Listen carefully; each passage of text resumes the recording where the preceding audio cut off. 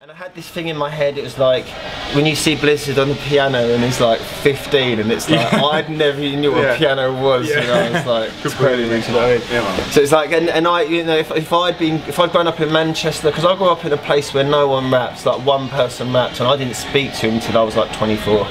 So all my mates were like into metal and that, so as much as I kept true to myself, it was still, I was a rebel on my own, do you know what I mean? And I had sort of no, and I feel like if I'd grown up in a group, maybe I would have been rapping younger. And But do you think that alone time, without trying to make it sound worse than it is, do you think that really made you concise, or do you think it's important to have people around you to it definitely develops, do you know what I mean? Growing up, aging, without having an outlet, meant that, but I'm a thinker, do you know what I mean? I've always logged situations and learned from situations in a way.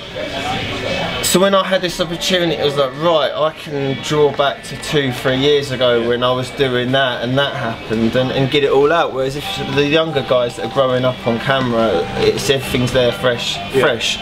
So they haven't, you know. But now I feel like I need to live a bit more before I start being creative again. Well, that's perfect interlude, really. Like what's the future of battling? Like, do you see it being? Obviously, experience counts. And I think again, there's a lot of the younger battlers coming into a scene and not, you know, obviously they're still sick, but the experience isn't there necessarily.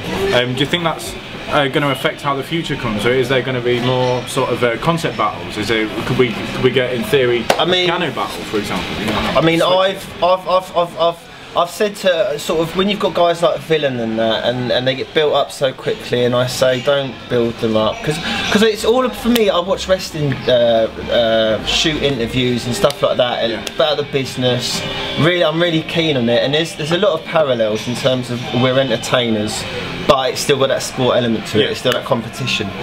So and it's about, ultimately it's about entertaining the crowd, because we can have the competitions in our bedroom, but if we're going to reach as many people as possible... It could just remain on YouTube, in theory. It probably will do. It probably will. Do you think that's where it's going to go? It's too much for the general public to be able to keep up with. It's like if you said, if EastEnders didn't exist, and nothing like EastEnders existed, you probably couldn't get EastEnders out there. Just because people aren't prepared to buy into something at this stage, unless it's really strong, unless it's a finished product like these Hollywood things. But something that's growing, you know, I don't think it's a long way off from being a television programme. But guys like Villain, they get built up to be more than they are because they have a couple of good performances. When I say more than they are, everyone's learning, do you know what I mean? Everyone's finding their feet. As MCs, as human beings, as everything. But when you've got that camera there and it's constant, you're going to fuck up, do you know what I mean? You're going to fuck up, you're not going to be as good, and then all of a sudden... And because it's world stage, it's obviously important as well, because it's... Every battle's important, that's what I took every battle as important as the last, and I really try and warn guys that are taking on more than maybe they're able to do, that they should, that if they're going to take the battle, they need to put the effort in. Definitely. To get everyone as good as the last, because otherwise it will come out and it will just, you know, it'll be a bad look. Yeah. Okay. And it's weird. It's weird. You can do a million good things, and in that one bad battle, and you're getting quoted on it. No, very true. I mean, well, just a quick one on the idea of the Wild and Out sort of element. Well, you touched on the idea of a TV show. Obviously, it's worked in America. They've got a couple out there. You know, your mama and Wild and Out. Snoop's obviously been on a couple of them. It's certainly got a reputation that can draw big names. Would you class that as selling out if we did it in England? Is that something that... I don't think anything's selling out. So I mean, I was the guy that dressed as a Joker. Like. Well, no. Is it? It's just important for the scene. It's not necessarily selling out. It's widening the audience. Oh no, absolutely. Yeah, and it's about the audience. We need to do anything we can to get that audience into us. And I don't care, you know.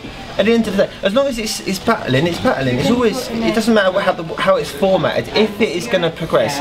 And that's what is important, is the same with music, same with anything independent. Independency is great, but if you're not given the time and money, and time costs money, if you're not given the time to perfect your craft, it's never going to be as good as it could be. So taking money from other people, I mean, as long as it's used right, I guess, isn't it? It depends how. As long as it's given to the people that are performing, because what people don't understand is that it's not your battles just doesn't start and end. You know what I mean? You feel like, you know, you feel like you're representing battle raps, you know what I mean? When I get emails, it's like I feel like I need to respond to them because these guys, we need to keep them, do you know what I mean? As a team, we need to keep them, and we need to bring their friends into it, and it needs to It's progress. a social arena, isn't it? It has to be. Yeah. And it has to be across the board as well, like non-sex, you know, I say non-sexist, the audience is different from the bars they're in it. That's the great thing about battling is the characters. So you've got the Mark Grist fans, and you've got the sort of me fans, the Blizzard fans, the the Bowski fans, the O'Shea fans. So it's everyone's different slightly.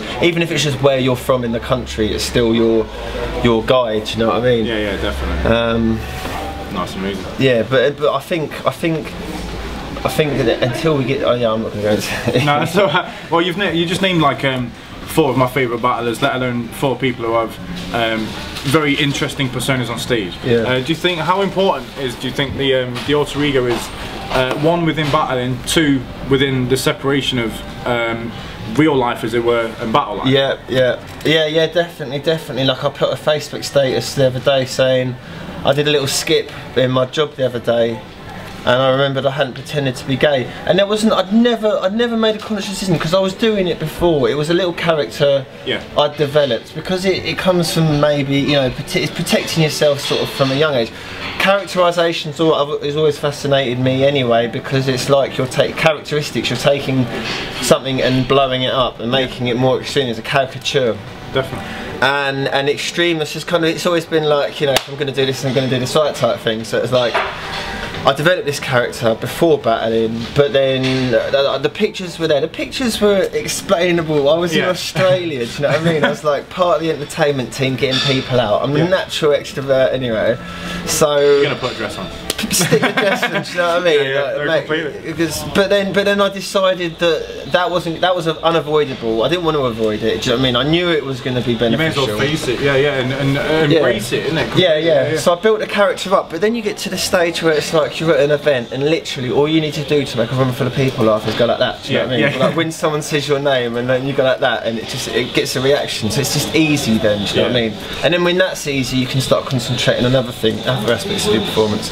So it just makes it more natural, but yeah, the wrestling was definitely an inspiration in terms of characterisation for that. The idea of putting a mask on and stuff. The metaphorical mask. And as well, it's like the gay one. Do you know what I mean? It's like the gay one, you've got some guys that maybe always, some guys have got silly hair or whatever, and some guys have got this and some guys have got that. It's you become that one, but then it just means when people are describing you, you're more instantly recognisable. Do you know what I mean? Which means you live forever, apparently. Well, I'm never going to die. Well, no, exactly. I think that's about it, mate. Yeah. You're obviously one of the biggest alter egos that we've got, so thank you very much. Shout out everyone. Yeah, big up Obsolete Clothing. Yeah. Shelf Life. Pamflit. Shelf Life. Big up Menikmati. Anyone else? Big up Don't the cameraman. Flop. Big up everyone in Don't Flop as well. Yeah, big up Paddy Gomulski on the camera.